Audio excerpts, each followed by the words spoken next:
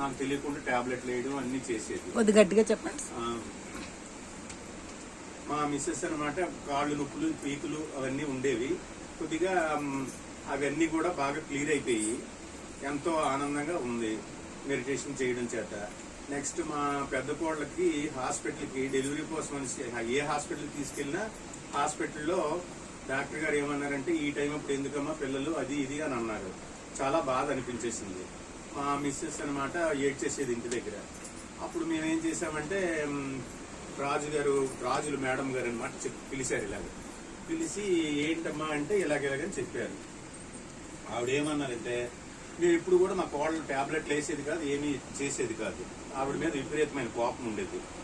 అయితే అప్పుడు మేడం చెప్పారు, మీరు రేపటి నుంచి ఏం చేస్తారంటే మీరు పాజిటివ్ తెచ్చుకోండి. మీరు టాబ్లెట్లు వేసుకుని మనసులో తిడుతున్నారు, బయటకు అనకపోయినా మనసులో తిట్టుకోవడం ఇవన్నీ చేయడం జరుగుతుంది. మీరు రేపటి నుంచి మా కోళ్ళు అన్ని కరెక్ట్ గా చేస్తుంది, కరెక్ట్ గా టాబ్లెట్లు వేసుకుంటుంది, ఆవిడ లేకపోయినా లెగుస్తుంది అని అన్ని ఊహించుకొని మీరు పాజిటివ్ తెచ్చుకోండి అని అన్నారు. ఆ పాజిటివ్ తెచ్చుకున్న కాడి నుంచి కూడా మాకు అన్ని ప్లస్ అనమాట. పాప పుట్టింది, మార్పు వచ్చింది, బాగా మార్పు వచ్చింది. ఇప్పుడు ఆనందంగా ఉన్నాం అన్నమాట.